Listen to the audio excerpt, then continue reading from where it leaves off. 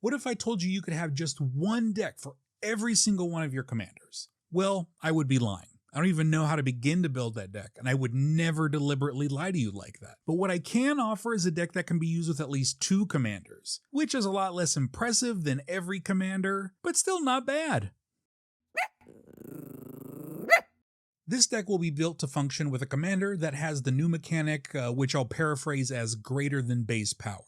Usually interpreted as whenever this or something does something, each creature with a power greater than its base power does something. The key feature being that it's any power increase that counts. We're talking +1/+1 counters, we're talking benefits from auras and equipments, and we're talking about instant or temporary increase of power like giant growth. Any power increase will count for this mechanic. The creatures I've chosen to be alternating commanders are Sovereign Okinec Ahau and Kutzil Malamet Exemplar. Sovereign Okinec Ahau has a mana value of 4 for a 3/4 Selesnya Cat Noble with Ward 2, and whenever this attacks, for each creature you control with power greater than that creature's base power, put a number of +1/+1 counters on that creature equal to the difference.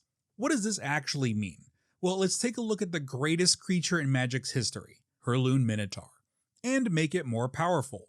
The only way I know how to do that is to equip it with a Bone Splitter. That makes the Heirloom Minotaur a 4/3. So if Okinec attacks, our Bone Splitted Heirloom Minotaur would get 2 +1/+1 counters, since its current power of 4 is 2 greater than its base power of 2. Easy, right? The other commander is Kutzil Malamet Exemplar, which is a 3 mana value 3/3 cat warrior that says, your opponent can't cast spells during your turn, and whenever one or more creatures you control, each with power greater than its base power deals combat damage to a player, draw a card. So, if our equipped Heirloom Minotaur from earlier attacks and is not blocked, Kutzil will give you a card draw.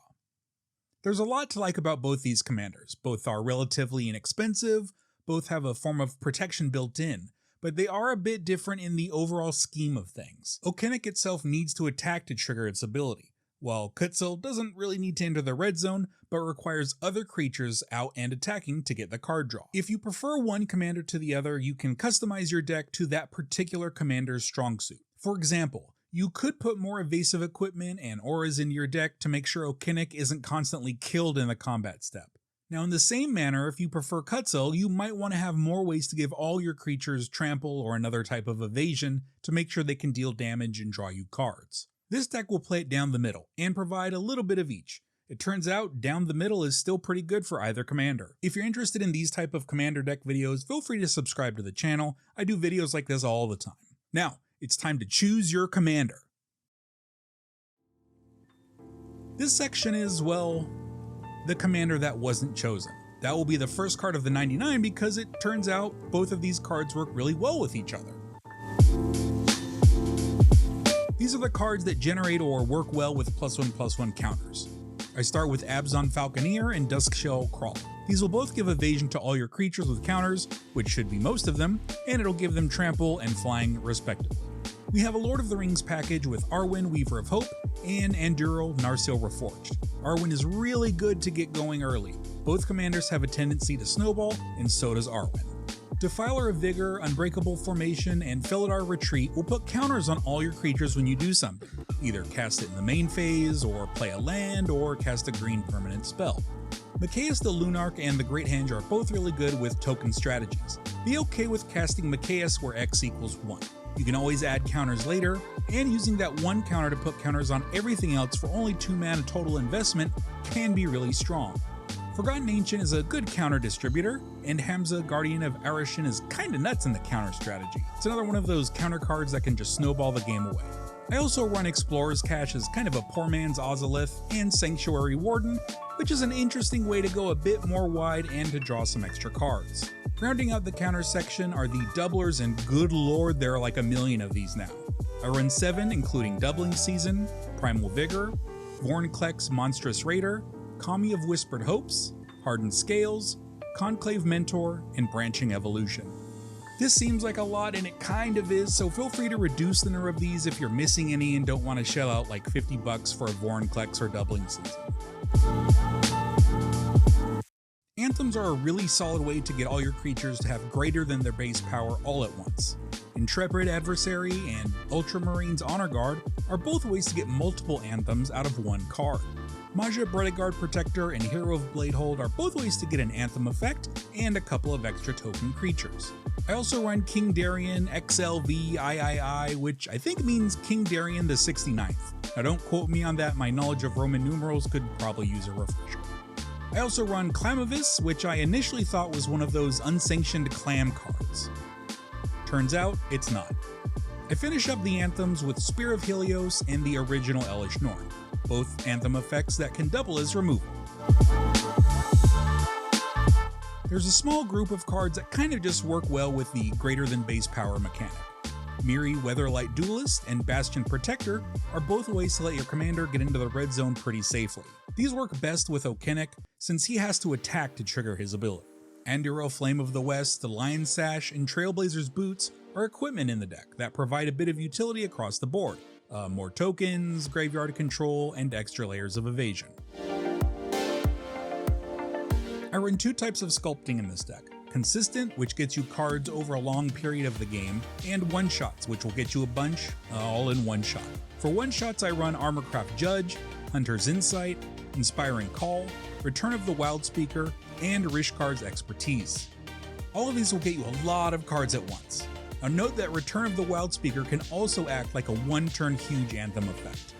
For consistent sculpting, I run Guardian Project, Dusk Legion Duelist, Beast Whisperer, and Augur of Autumn. All of these will provide a steady card advantage throughout the game. For funsies, I also run Last March of the Ants. Most of my interaction are generally protective, and that starts with Together Forever and Reprieve. And I use both to generally save my creatures, though Reprieve can certainly be used on anything should the situation call for it. Additionally, Flawless Maneuver and Heroic Intervention are here strictly to save your creatures. We invest a lot into our creatures, and we want to make sure we can reap what we sow.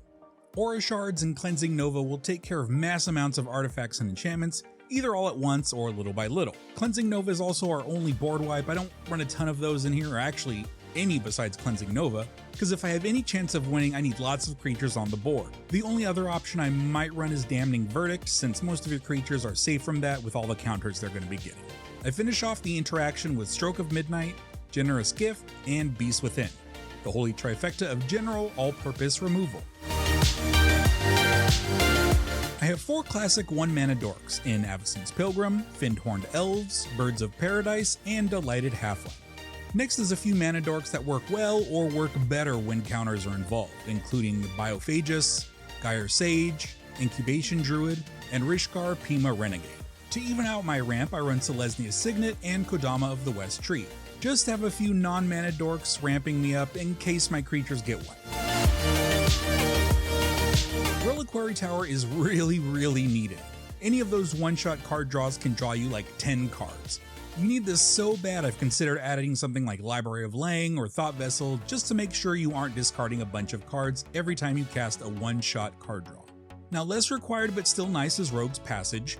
This will let your commanders attack without fear of combat shenanigans and let you get in some free triggers of their greater than base power abilities. Krosan Verge is nice, though it's maybe on the outs with me. The more I play it, the more I realize that this actually costs 4 mana to search for 2 lands. I would consider that coming into play tapped and having to tap the Krosan Verge when you activate it means you need 4 lands tapped to get this effect. Mosswort Bridge is fairly easy to activate, so you might as well run it. You could probably also get away with a Windbrisk Heights if you really wanted to. Yavimaya Cradle of Growth will provide some mana smoothing, and that's about it. I finish up the utility lands with Karn's Bastion, Gavany Township, and Oran Reef the Vastwood. All cards that just put more counters onto your creatures. I run 13 lands that can produce Selesnya mana: Bountiful Promenade, Exotic Orchard, Overgrown Farmland, Savannah, Brushland, Wooded Bastion, Selesnya Sanctuary, Canopy Vista, Sun Petal Grove, Windswept Heath, Command Tower, and Temple Garden. The deck rounds out with 8 forests and 8 plains. These will be different depending on which commander you're running. For Sovereign Okinec Ahau, you'll need it to attack to get the ability to trigger. Anthems are generally the way to make sure Okinec has a buff as well as all of your other creatures. Otherwise, you'll need to get Okinec out, then put tokens on everything the next turn when Okinec can attack. For Kutzil Malamet Exemplar, you can already have creatures buffed on the board, then play Kutzil and get the trigger from him right away. Now both commanders want to end the game in a similar fashion.